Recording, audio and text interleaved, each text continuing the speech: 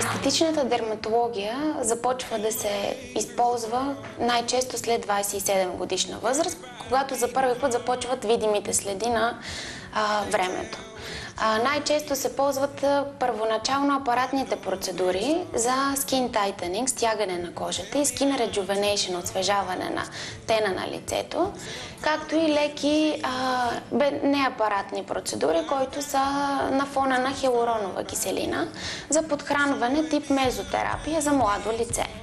Процедурата съдържа основно антиоксиданти, минерали, витамини и малко количество на хиалуронова киселина, блясък и хидратация на примерно дехидратирана кожа, суха кожа, чувствителна кожа, тъй като ефектът при младите хора е малко по-дълъг, за някъде около 6 до 7 месеца от тази мезотерапия.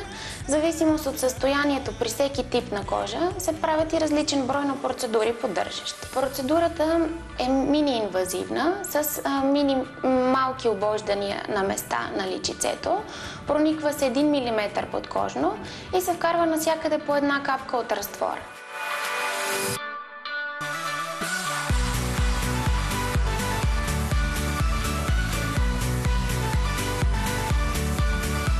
Когато се работи едно личице за подмладяване, е хубаво то да започне от горната част на лицето с идеята да стане V-образно подмладяване, всичко да е нагоре. Става въпрос за тази гънчица, назолабиалната, и лека хидратация на този ъгъл на устнички, нали?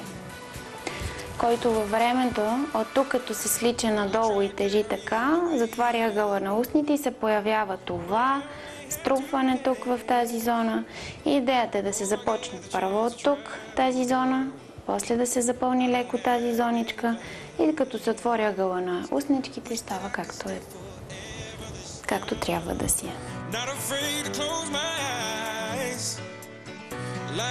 Третия вариант е процедурата, която е масово най-употребявана в световен мащаб. Процедура, която се изследва от 20 години и се работи около 20 години.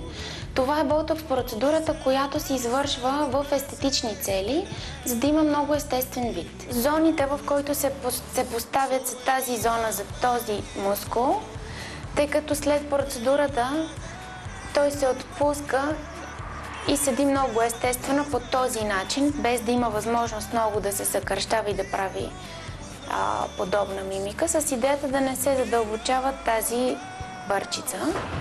Хоризонталните се заглаждат, тъй като се получава лек лифтинг на горната част на челото. И около очите се заливат околоочния мускул с по няколко капки в пачия крак и малко в зоната на тези при усмивка малки бърчици под долния клепач. Тъй като след процедурата се получава леко освежаване и отваряне на самото око, което горе-долу е така като ефект. Всеки един от нас е подложен на стрес, напрежение, ежедневно напрежение, недоспиване, неправилно хранене. С тези процедури хората се профилактират през цялото време.